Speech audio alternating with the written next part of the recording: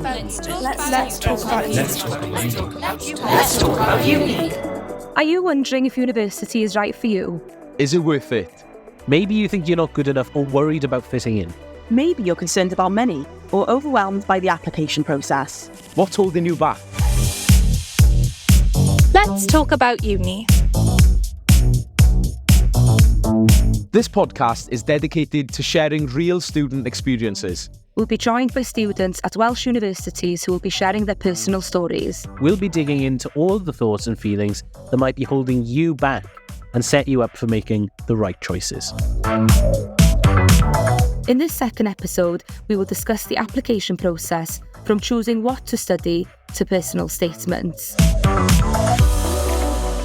I think it would have been so much nicer to actually go there in person and get a feel for the place. I think there's something really special in just walking around and seeing what you think of it, really. I had a wide range of support, some of it I didn't even know I was entitled to until fairly recently. And just that statement alone allowed me to draw upon what I'd done, how that contributed to where I wanted to be going. And I think just that one sentence that he told me to put in formed the basis of my personal statement. It kind of all flowed into one. I'm Hannah Eithon-Lewis and I'm a student recruitment officer at Aberystwyth University, and I work mainly in Wales with Welsh medium schools. I am also a recent graduate from Aberystwyth University, having completed my degree here in 2022. Joining me today is Ashley Hennessy from University of South Wales, Ewan Richards from University of Wales Trinity St David's, and Constance Wilson, a student at University of South Wales also.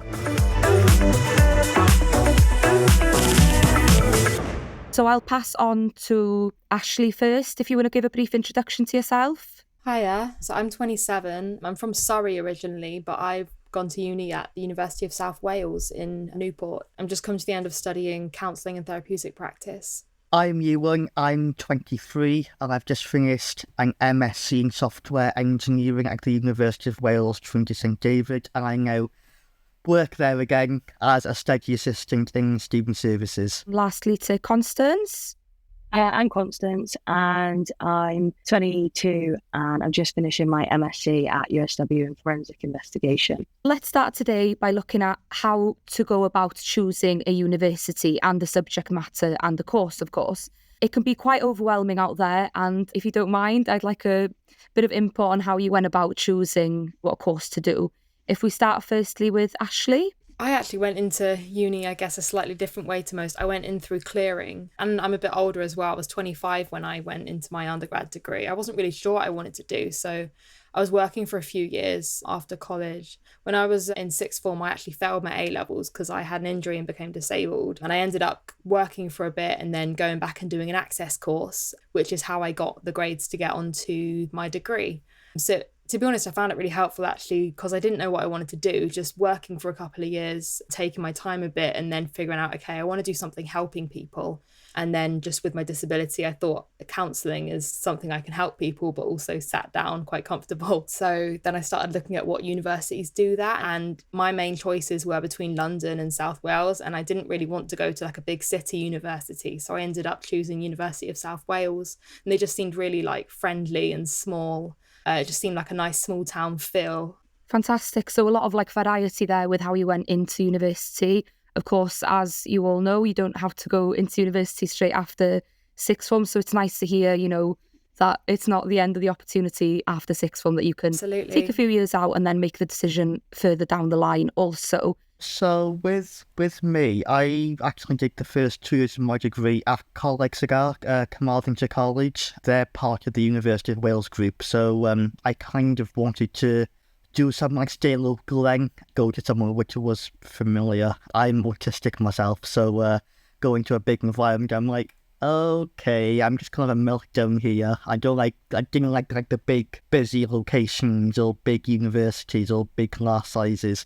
It just wasn't for me, to be honest. I think I did go to open days and just speak to the lecturers, speak to the staff about what options I did have for computing. It was something I was interested in for quite a long time, a number of years. So that's how I basically chose the course and location. I then went to the University of Wales Swansea campus 2020. That was a very different experience in terms of like open days. Well, to be honest, they didn't really happen. So that was totally different to what I was used to even just 2 years before. So yeah, very different experience. Yeah, of course. And it's a bit different for us as well. You know, people around our age having to go into university either throughout COVID or post-COVID. It's obviously made life a bit more difficult for us all, especially going to your open days. Yeah. A lot of things was online as well. So Constance, can you give me more information about how you went about choosing a course and university as well? Yeah, so I've always wanted to do fire investigation. So I looked down the forensic investigation course route. And when I came into it 4 years ago, there wasn't very much option. There was only a few universities that did the forensic investigation degree, South Wales being one of them. I looked quite a lot at the UCAS rankings because it was such a new course that I thought that's sort of going to give me the best idea at the minute. And USW is ranked quite high. So I came down to one of the open days and seen their facilities. And I think from the minute I came down for an open day, I was like, yeah, this is when I want to come. And so that's how I ended up at USW. Did any of you go to multiple open days in many different campuses, or were you kind of set on one university beforehand? So I did go to a couple of different universities just to sort of like get the sort of like vibe of being there, and you know, it was more for me the class sizes. That was probably one of the biggest things for me, and that really determined where I went. And there were some particular universities where the facilities were excellent. They were just too big for me, so that's why I decided to go to somewhere small. And mentioning like that more one-to-one learning in a way that you get with these smaller campuses and smaller universities. Even if they're a small university, doesn't always mean that they're not as high quality. And Ashley, did you have a positive experience from going to an open day as well? Yeah, I mean, I've been to a few and they all looked really good, but it's just seeing what one's right for you, I think. There were some, as Ewan said, there were some really big universities and I just felt so overwhelmed. I was like, okay, I'm not sure if this is the right spot for me. And because I applied through COVID as well, I didn't actually go to USW in person. I just looked at pictures online, which is, I guess, kind of irresponsible, to be honest. I should have gone and checked it out before going. But luckily, it was really nice. I think it would have been so much nicer to actually go there in person and get a feel for the place. I think there's something really special in just walking around and seeing what you think of it, really. Yeah, 100%. And as you mentioned, getting a feel for the place, I feel like that's probably one of the most important things. You know, you want to make sure that you get that sort of almost like an instant feeling of, oh, you're going to fit in here and you're going to be completely fine. Because going from, you know, sixth form or your year out or so on into higher education, it's a massive step and you want to make sure that you're comfortable on that journey as well. And Constance, and what about yourself? USW was actually the first open day that I came to. I was going to go and see Bournemouth University, but once I came here, I think I just kind of walked in. I felt like I knew where I was. My lecturers just, like that were teaching on the course, they just knew so much that I think I was just like, I don't want to risk going somewhere else and then not wanting to come here. So I think I decided from the day I came to the open day, to be fair, that this was the university for me. It was a bit further away from home as well, and I think I just wanted to go further away. And again, Constance, with your course, obviously not every university offers that course. Did you have a bit of a struggle then when you were looking to go down a sort of specialised course as well?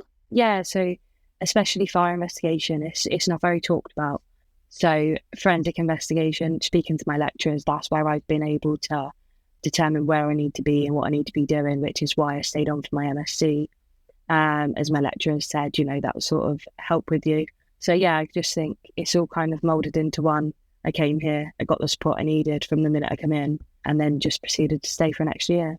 Great. And again, with on the open day topic, Ewan, if I come over to you, I'm sure you mentioned earlier that you met a lot of people in the open day. Did you get to meet a lot of staff, some of your tutors, some of the lecturers on them days as well? So yeah, lecturers, I met like the programme directors, the senior lecturers, those specifically who will be teaching me throughout the 2-3 years I was there. They were quite specific into the modules I would be studying, which was very, very useful. So I could sort of prepare for when I started. I kind of knew everyone or knew most of the staff. And for me also, support staff was a really, really big point, and even what support I could have access to as a result of my disability.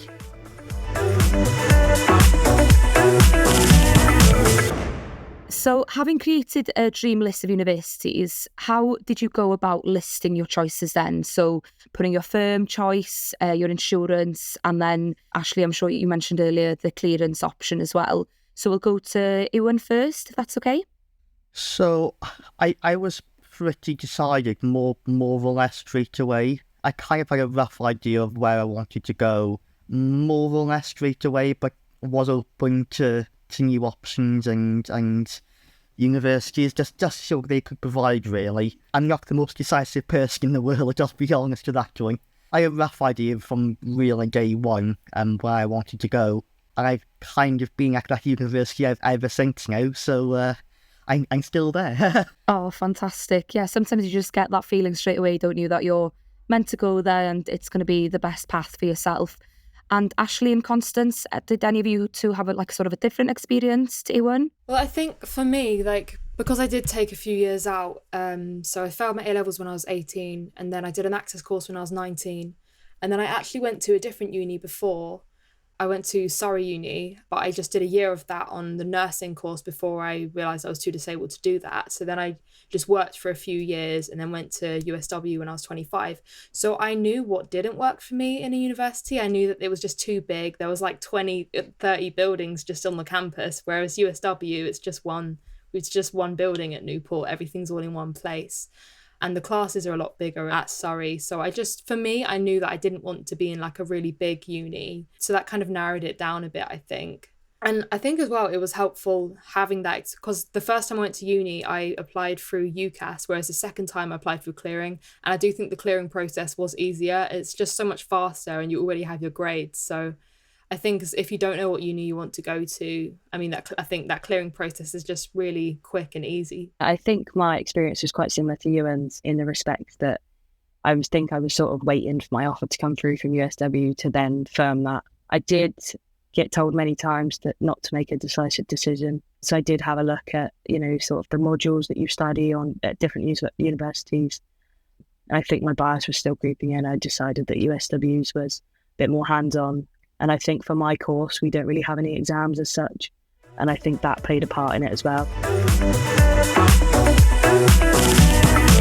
So how did you find the whole application process for university?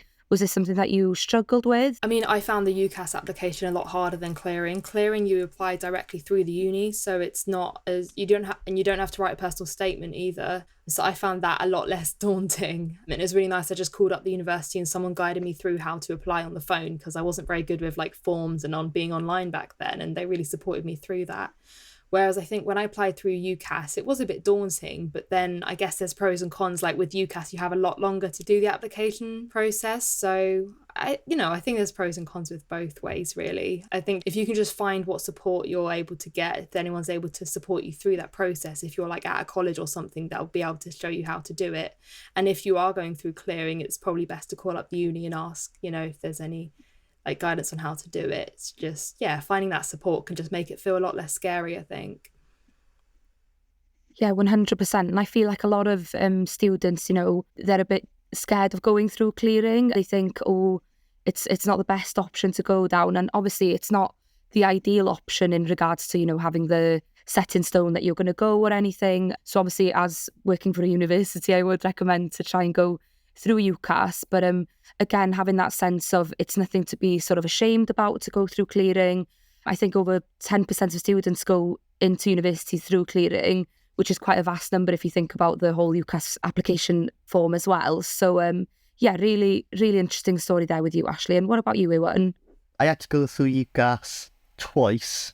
So when I initially went to College Cigars to the first 2 years of the degree, I found it quite a lengthy process going through UCAS, entering all the qualifications, or past courses or whatever it is, choosing the universities, and the personal statement I found quite difficult first time around, thinking what do I need to put in here? What are the key points I need to put in? Luckily, I had a tutor to help me with that, to sort of not tell me exactly what to put in, but key point just to mention this, mention that, not going over the words count. So that was really daunting first time around. And luckily when I transferred to the Swansea campus, I had to do it again. I think second time around I found it much easier to do than the first time around, most definitely. Yeah, I'm sure we can all agree the thought of writing your personal statement is a bit daunting, trying to get almost everything in your life onto one side of A4. It's, you want to carry on writing sort of the best bits about yourself, and, you have to sort of give a background to yourself and also obviously show your passion for the degree that you're going to be studying as well. So it is definitely difficult to get that all into one. And Constance, what about yourself? I went through UCAS, and to be honest, I really enjoyed going through UCAS. I think because it's got the subheadings and you sort of just fill it out as you go, it's quite a structured way to present all your information. I did struggle with a personal statement, just what to include, what universities would want. But when I come to the open day, the leaders for my course said what they liked to see in personal statements, which really helped because then that was tailored to my course. And I think when I finished my UCAS application, although it was a lot of information to be putting in, to be pulling all your grades back up and all of that sort of thing, I felt like I had done an application for uni because I had to put every piece of information about me in it. And it didn't feel like, oh, what if I missed this? What if I missed that? So I didn't have the fear of missing something I needed because I pretty much had to write everything.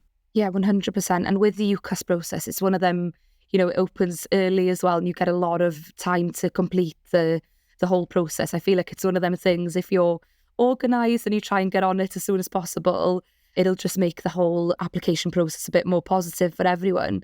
So looking back at the whole process, again, some of you mentioned that you found it quite easy and some of you found it a bit more difficult, and obviously Ashley a bit different with the clearing process. So looking back, would you have known where to go for support with this or who to ask for help? Ewan? I think initially I wasn't quite sure who to go to. Like I said, luckily the first time around I did have one of my lecturers go through it then and just guide me in the right direction. But when I was doing it the second time around, yes, I knew what I was doing, but at that point I didn't know that there were videos online from the university to see the top tips. I'm like, if I didn't known that at the time, I would have watched it, even though I'd done it before. If we're talking 2 years ago, things could change in those 2 years and probably would at some point. So if I didn't know those, that playlist was available, those podcasts were available, I would have made use of them most definitely. 100%. And Constance? Yeah, I think I did mine while I was still in college. So I had my tutor around me. And I think, although it is quite a long process on UCAS, like say you've got quite a long deadline to do it for. So it kind of became a one a night thing. And then I was able to just go back into college. And if I needed any support, my tutors were there, my pastoral carers. So I had quite a lot of support around me when I was filling out my application. Great. And it's almost that, not being scared to ask for help. Your sixth form or college tutors, that's what they're there for. You're meant to ask them for any help or guidance. And again, Ewan, as you mentioned as well, looking at the university sites themselves, I think a lot of things have changed in the past year, I'd say, post-COVID to what it was possibly during or pre-COVID. There's a lot more resources online now because, a lot of students that have been doing their A-levels through the COVID period, they've missed out on that sort of one-to-one guidance and so on. So the universities have had to sort of back that up and put these resources online as well. So 100% to make use of them resources that are online. Again, podcasts and stuff as well, which when I applied for university, I didn't know that there was anything like this available. So yeah, it's good to hear actual student feedback towards this as well. And Ashley, do you have any more comments about that at all? Just that I think it's really important to try and find out what your university or the course leaders on your course, the course that you're applying for, want on your application, on your personal statement as well. Just because different universities will have slightly different priorities for what they're looking for on an application. So it'd be really useful to look at all the guidance you can find for free online, like the podcast, and on there's lots of stuff on YouTube as well. If you just literally search in how to write a UCAS application, there's lots of guidance out there. But finding what your university that you want to go to specifically want would be really helpful and just give you that extra boost. And, your application doesn't have to be perfect. It just has to be good enough. So if you can narrow it down and find what you need to write for that particular uni, then you'll be in with a really good chance of getting in. Yeah, exactly. And also looking at the university itself, looking through certain courses, what modules you'll be doing, because you never know, there might be something that you really enjoy that is a module in the university as well. So you can also cross-reference them too as well and, speak about your experience with that certain subject and bring it into your personal statement. So definitely a lot of things that you can add into your personal statement that you probably, or I probably as well, didn't really think about beforehand. So yeah, really positive thing there as well. And what would you say to someone who's a bit baffled by the UCAS application process? Is there any like tips or advice that you would give them? Ewan, if we come to you first. I would say get started as soon as possible, as soon as the application's open. So then you're giving yourself plenty of time to, make sure like you choose the right universities or the ones you want to apply for, get your personal statement finalised. It took me some time to get that all finalised, and you don't want to know how many drafts I had of that on my laptop. You really don't want to know that. But no, just the earlier the better. That's the biggest bit of advice I can give. Great. And Constance? I suppose mine is sort of, use the people around you. If you've got a good support network, use it. You've got your tutors. If you're coming from sort of school, they know they've done it 1,000 times. They're there to help you. I mean, especially with UCAS, just take it a section at a time. And if you're not someone who can concentrate for a long period of time, just get one section done and then leave it for a day if you're starting it early enough. And that way, then you're most focused every time you start one of them sections. Yeah, some really, really good tips there. And Ashley? One of my tutors on my course gave me some advice for like when I was feeling overwhelmed with assignments and couldn't start it. Start with what you know, like start with what you feel like doing. Start with what you would enjoy or most. I know you're not really going to enjoy writing an application, but if there's any bit that you think, okay, I could do that bit today, it doesn't matter if you're doing it in order, just then you can get chunks of it done and it will just start to feel less overwhelming. Yeah, 100%. So you get that positive experience throughout then with all the different questions, because some of the bits of UCAS, they're a bit tedious, aren't they? You have to take quite some time to fill some of the bits in. But yeah, once you get to the personal statement part, then it's almost about, showing the best bits of yourself, really shine through in that part of the application process. So I would recommend, as a student recruitment officer and as someone that works for the university, to put a lot of emphasis on that personal statement 100% and get that done to the best of your ability. So then you can go back, because you never know, you might do it 2 weeks in advance and then you'll go back and some things might have changed and your passions might have changed or adapted a bit as well. So a really important thing there. And Ashley, if you don't mind, if I come back to you again, you applied for the nursing course as well. So I'm sure that was slightly different to other courses. Could you tell me if you had any interview experiences or anything with that? I literally just applied to Surrey and then went to the Surrey interview. And I remember just trying to prepare for the interview and just looking up online on YouTube, like how to do a uni interview, because I just had no idea. I think for that as well, I just looked up on the course page online just what the modules are, just so that I'd know a little bit if they asked me about anything that I'd feel confident talking about it enough. Yeah, I think it's just preparing yourself where you can, really. Yeah, looking at sort of interview tips and how to come across in an interview and stuff, it's, again, a bit daunting. And obviously not every course asks for an interview as well. You're usually looking at nursing, medicine, veterinary and dentistry, I believe, for the main sort of interviewing courses. And obviously with an UCAS application, it's important to remember as well that the closing date is a lot earlier for medicine, dentistry and veterinary and sometimes music courses as well. So one really important tip that I try and get across when I'm out in schools and with sixth forms is if you're going to go into a more specialised subject like that, you need to be a bit more on the ball with getting your application sorted as well. I just think, especially with the personal statement, I think the most helpful thing I was told was to include where I wanted to be in 5 years. And just that statement alone allowed me to draw upon what I'd done, how that contributed to where I wanted to be going. And I think just that one sentence that he told me to put in formed the basis of my personal statement. It kind of all flowed into one. So I think it's really finding, like Ashley was saying, what your university wants, and it will just build the foundation of your personal statement. Do you think that you made the right choice with your university that you've gone to and the course that you've done? Or do you wish that you'd have done your choices a bit differently or followed a different path?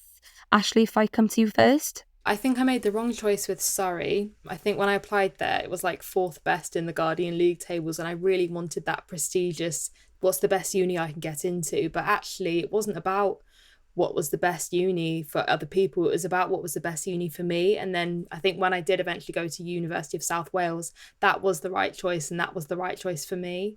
Yeah, I'm trying to worry less to think about what's the best for the majority of people, and just think about what's right for you and what you want out of it.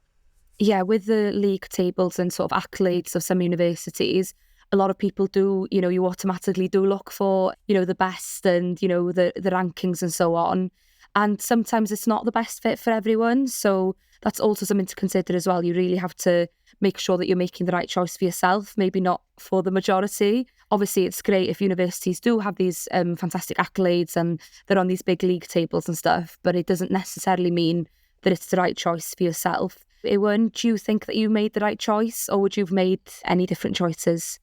Yeah, I think I did make the right decision with going to the university, which I did. The lecturers have been really, really helpful if I've been stuck on a particular topic, which, happened quite often. They would usually stay after the lectures, even if it was like 5:30 in the evening. We would still be going through things. If I was stuck on an exercise or a task or a bit of the PowerPoint, they would go through it in a different way so that I could understand it better, if that makes sense.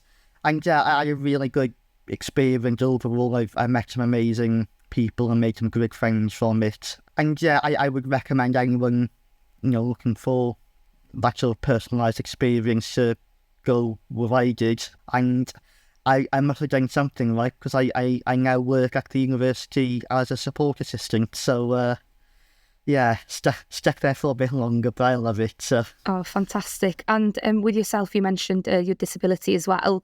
You feel like you got the support that you needed from a smaller university as well? Yeah, excellent support. I had a wide range of support. Some of it I didn't even know I was entitled to until fairly recently. I had a support specialist who was more academic writing, references, report structures, things like that.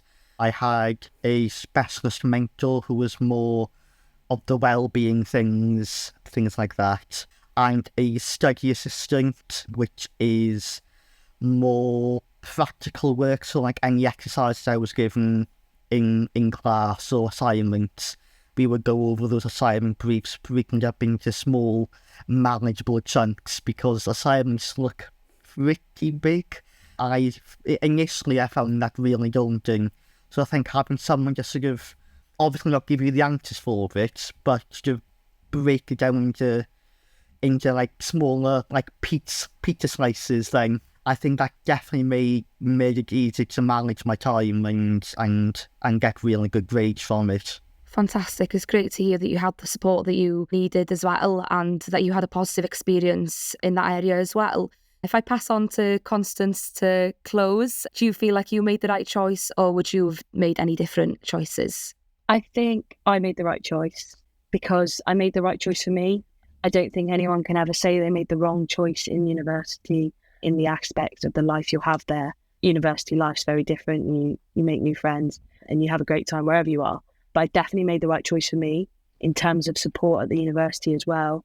I never really looked at that when I came to university. I didn't receive any academic support, so it wasn't something I really looked at. However, since coming to the university, I've accessed quite a lot of the support. It's been easily available, and like you was saying, I think there's more support than people realise, even when you're at the university yourself. I myself didn't know that I was dyslexic, and the university helped with that diagnosis, and that's really helped me. That's something that now I'll take forward as well. So yeah, I think absolutely I made the right choice in terms of support, course, content, and just general uni life, to be fair. And it's just knowing that, you don't have to be scared to ask for support. Everybody that works in universities are there, to help the student experience. In the end, that's the most important thing. So yeah, just not being scared to ask for help, and not being ashamed either. I feel like feeling ashamed or feeling like you're not smart enough, feeling like you're not good enough is something that a lot of students do go through. So it's, just having that confidence to go for it and definitely ask for any help or support that you need 100%. I just wanted to say as well, I second what Ewan and Constance said about just a smaller uni being able to offer you that extra support. USW have been so supportive. I mean, I became disabled when I was 17, but I didn't actually get my diagnosis until I was 26 in my second year at university. So they were so supportive even when I didn't have a diagnosis to say this is the reason for, my struggles, why I'm so tired and in all this pain. They were just like, what can we do to help? I didn't even need a diagnosis. They were like, look, we can see that you're struggling. What can we do to help? And yeah, it's just really taken that shame away from asking for help, I think. So yeah, I definitely recommend a smaller uni to anyone who's got additional needs, I think. In sense to having that additional support and that, the big support network around you, I feel like all three of you have had that experience in university, which is obviously fantastic to hear. And again, maybe you wouldn't have had such a positive experience studying with a disability or additional needs in university if it had been a bigger campus, if that makes sense, or a big university. Having that smaller network, I feel like it is definitely helped you, or all of you, a lot, really. So that is, really fantastic to hear that. So thank you all for coming today to record the podcast. It was brilliant to hear all of your different experiences in university. So thank you very much for coming. Thank you, Ashley. Thank you, Constance. And thank you, Ewan, very much. In the next episode, we'll be talking about the social aspects of life as a student. We hope you can all join us then. From me, Hannah Lewis, goodbye. Let's Talk About Uni is a Bengo Media production for University Ready.